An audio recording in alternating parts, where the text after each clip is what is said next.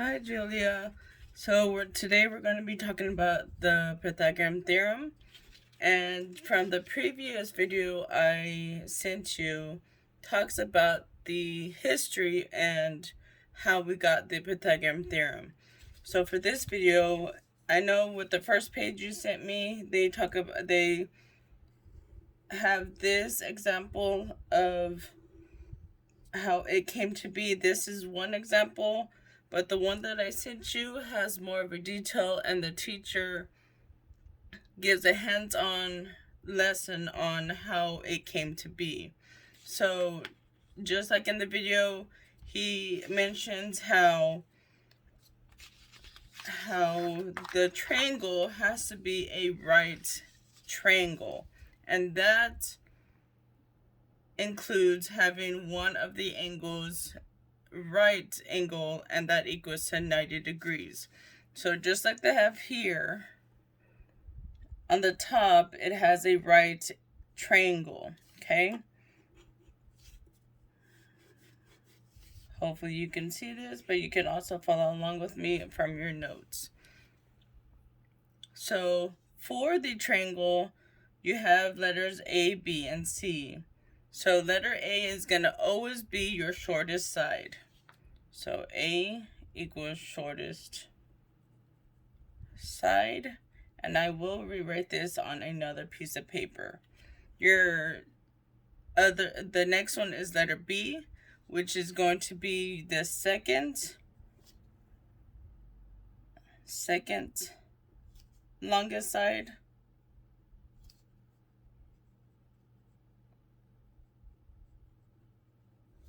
And then C is going to be referred to as your hypotenuse. And that is going to be the slant in the triangle, the longest side. Okay? So C equals your hypotenuse.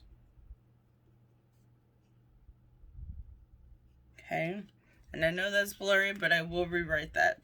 You can pretty much ignore this example that they give you because I sent you one previous. Okay?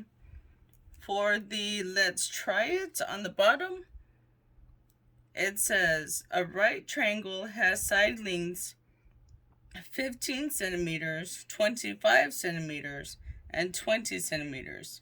How can you use the Pythagorean theorem to write an equation that describes how two side lengths are related? Okay, and in this one, I'm going to use a separate sheet of paper. Okay, so we get a pen.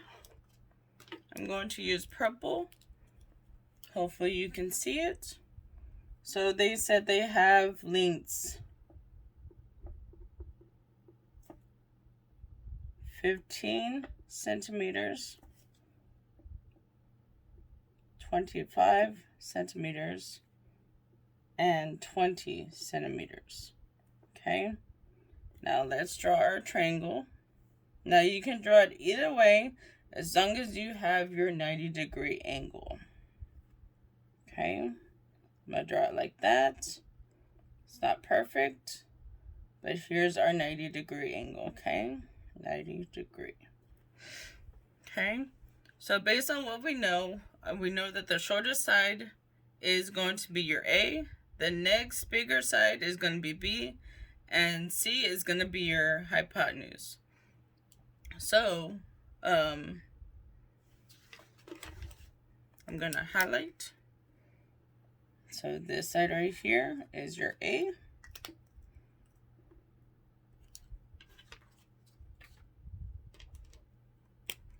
This side right here is your B because it's the next bigger side. B. And then the longest side, which is the hypotenuse, is going to be your C. Okay. Now, the formula they use for this Pythagorean theorem is going to be A squared plus B squared equals C squared. Because you want your squares from A plus your square from B. I know that's not a square, but I did not have room. Here. That's your square. And then your square from C. So your square from A plus your square from B have to equal the square of C. So that is what we're trying to prove or use for this problem. Okay, so they want to know if all these measurements give us a right triangle. Okay, so Pythagorean theorem, we're going to always use a right triangle. Okay, and that's always your 90-degree angle triangle. You can't use an isosceles triangle or any other triangle. It has to be a right triangle. Okay, so what we're going to do is, for A, is going to always be your smallest number. Okay, so the smallest number we have is your 15. The next largest number is going to be your 20, which is going to be your B. And C is your 25, okay? Now we're going to test to see if this is measurements equal a right triangle, the area, okay? So we're going to plug them in. So 15 squared plus 20 squared. And we don't know if it's equal to, so I'm going to put a question mark. And C is 25 squared, okay? Now, in this part, you can use a calculator. I do this mentally, but I will use a calculator to show you that it is the answer. Okay, I have my calculator. Now, this one's not as high-tech as the one you're probably used to, but this also does the work. So we have 15. Gotta turn it on first. So 15 squared is your 225. Okay. Plus 20 by 20 is 400, but let's check it out. 20 times 20 equals 400. And we don't know if that's equal to. So 25 by 25 is 625. Okay. Now we're going to do the math over here. So 400 plus 225 is 625. And 625. So going through these steps, we do see that they do equal each other. So that means your measurements of 15, 25, and 20 are going to be the area of this right triangle. So this one is correct. Now let's look at another example.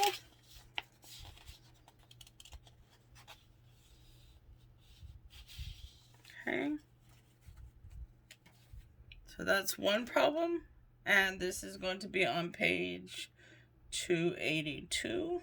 Okay. The next one we're going to try is on page 383. And this one's 382. Sorry about that. Okay. So for this one, we're going to do the try it again on the bottom of 383. And this one says, a right triangle has an hypotenuse length of 32 meters. It has one leg with a length of 18 meters. What is the length of the other leg? Express your answer as a square root. Okay, so we have a triangle. We're going to draw a triangle.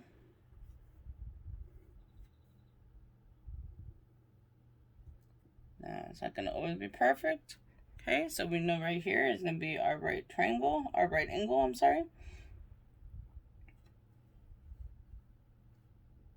Okay, so the hypotenuse, that's labeled, so we know that your bottom side, your The bottom leg is going to be your shortest side. The next one connecting is your next one. And then this one right here is your hypotenuse. So h equals, and they said that that equals to 32. Okay. So they also only give us one other leg length, and that's 18. So we're going to just go ahead and put that as A, because we don't know what leg it is. Okay. So we're going to rewrite the equation. So a squared plus b squared equals c squared. Okay. And this one's also known as c. So we have A, we have 18. So we're going to plug that in. 18 squared. We are not sure of B. So we're going to bring down the B squared. And then equals C squared, which is 32. 32 squared. Okay. So we can go ahead and compute these numbers. So 18 by 18 is 324. Okay, we're going to bring the B down. Equals 32 by 32, which is 1,024. Now, just to remember, I am doing, so anything when you square something, it's going to be the number by itself. So n times n. That's what I'm doing over here. Okay. So in order to find your b squared, it's kind of like solving an equation. So we have to get b squared by itself. Okay. So this number right here is a positive number. So in order to move it to this side, to the right side, we're going to have to subtract it because it's the opposite of what it's originally doing, okay? So we're going to minus 324 on both sides, okay? We're going to put a line under it. Okay, so 324 by 3 minus 324 is 0. Plus, we're going to bring down the b squared, okay? So 1,024 minus 324, which is, let's rewrite this, 1,024 minus 324, which is 700. I'm not sure if you can see that. It's 700. So you have 700. But we need b by itself. So when we want to cancel out our squared, that the opposite of that, x squared equals, is the same thing of the square root of x squared, because the square root equals x, so x to the 1/2. Okay, and now if we were to square that, that gives us our x. Okay, and I know that's kind of confusing, but I will talk about more of that when we see each other in person. That's just a little side work of how and why we use the square root to get b by itself, because we don't want that b squared anymore. Okay, so when you do to the one side, you do to the next. So we're going to square root both sides. Okay, so square root cancels with the 2, and you're left with b. And so for this one, they wanted the answer in a square root. So all you're going to do is keep your answer as a square root of 700. Okay, so that is going to be the triads for page 383. Okay, I am going to go to another problem because it's worded different. Okay, so we're going to go through that real quick. I'm sorry, I already have this one prepped, so let me get the right paper. Okay, so this is problem number 9 on page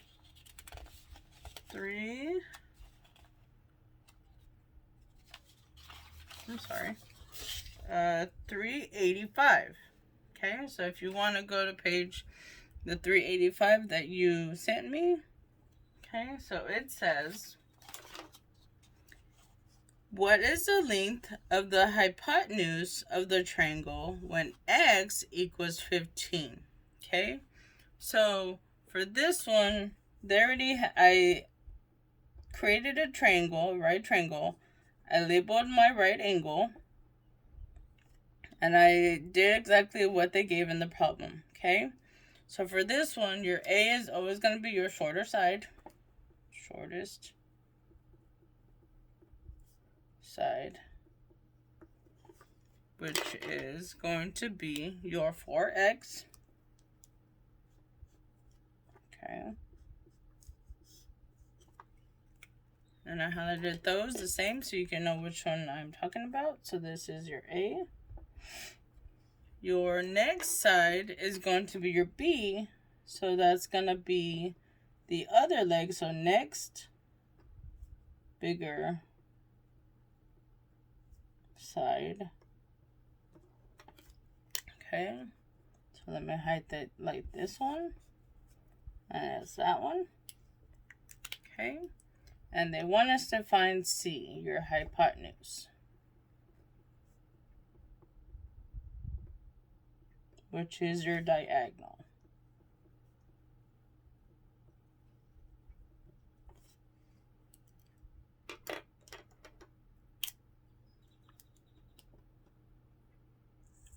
So this side right here.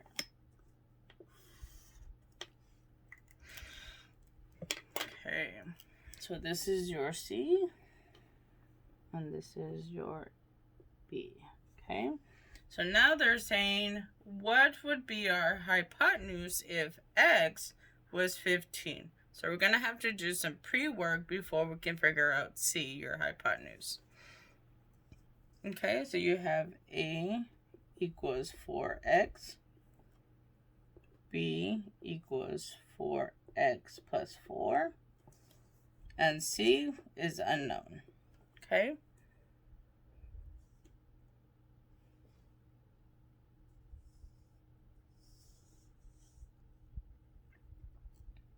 Now when x equals 15, okay, so we're going to be plugging in our x. So for A, it's going to be 4 times 15. And then for B, it's going to be 4 times 15 plus 4. Okay? So 4 times 15 is our 60. Okay? So we know 4 times 15 is 60. Plus 4 is 64, but let's double check. So 4 times 15 plus 4 is 64. And you can double check in your calculator. Okay, so we have A is 60 and B is 64. Now we're going to plug in these answers into our equation, okay? So our equation for Pythagorean theorem is our A squared plus B squared equals C squared. Okay, so we know our A, 60 squared, plus our 64 squared equals C squared. Okay, let's go ahead and plug that into our calculator. Remember again, anything squared is going to be the number itself times itself. So 60 by 60 is, sorry, plug in the right number, is going to be 3,600 plus 64 times 64 is 4096 equals C squared. Okay, so we have 3,600 plus 4096, which is 7696. That equals our C squared. But it's asking us, what is C by itself? And with this, we have c squared. So in order to get rid of that squared, you're going to have to square root both sides, because what you do to one side, you have to do to another. And for this answer, it says round to the nearest tenth. So we're going to plug this into our calculator. So we're going to square root both sides. Okay, so after that, we're left with just our c. And let's plug this into our calculator. So 7696, close parentheses. And I am getting a 87.7268488. But it's saying it's rounded to the nearest tenth.